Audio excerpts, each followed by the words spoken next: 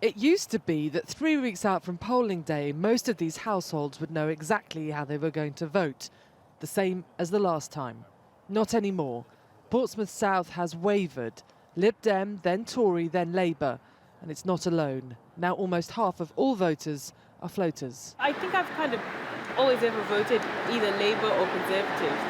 It's a flip of the coin. Nobody has a clue where they're going. And you can ask all the businesses around here and everybody's different and every week their opinions are changing.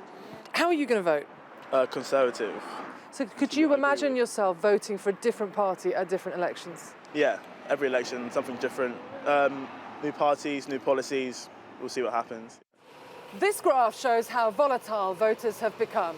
The line illustrates the number of people making one choice at one election, only to make a completely different choice at the very next poll. Back in the 1960s, it was pretty rare, but by 2015, 43% of us made a different choice from the party we'd chosen before. In 2017, it was slightly down, but still high. Our election analyst, Professor Jane Green, looks at the voting patterns of 30,000 people over many years. People becoming less tribal, less attached to political parties. There being more parties to choose among, so people voting for smaller parties being less likely to vote for that small party in the next election, so that creating more switching too.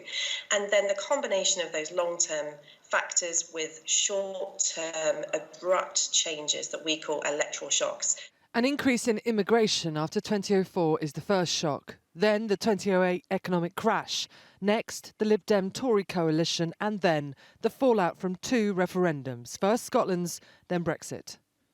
Portsmouth University was a battleground last night. Candidates vying for support, but will shocks matter too?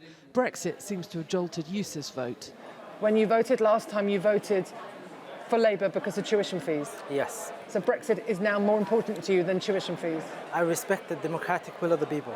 Well, how did you feel when you saw Nick Clegg on the doorstep of number 10? I think I was incredulous. I was massively disappointed when they went in with the Tories and obviously the toxic legacy of the cuts and austerity that they were massively involved in.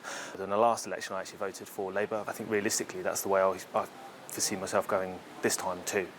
I have been a Tory voter. I think to myself, my mum and dad must be turning in their graves because I have voted Conservative. But I have mostly been a Liberal Democrat and I have promoted the Liberal Democrats. But as soon as Brexit came to the fore, I had to completely shelve the whole idea. HMS Warrior has seen MPs come and go here, but even so, in recent years, the pace has stepped up. Will the Tories now win it back? The fourth change in as many elections, or are things about to calm down? Allegra Stratton, News at 10, Portsmouth South.